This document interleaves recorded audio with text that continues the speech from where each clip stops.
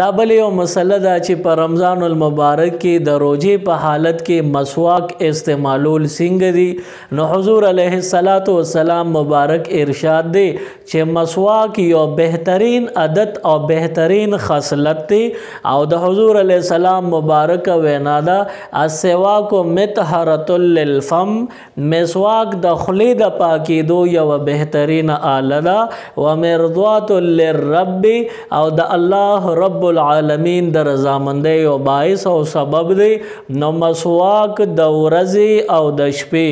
په روزه کې او په غیر رمضان کې هر وخت استعمال د ثواب خبره ده او بیا په رمضان کې نفلی نیکی په فرض باندې بدلیږي نو د روزې په حالت کې مسواک استعمالول دا ښه خبره ده بهتره او افضل خبره ده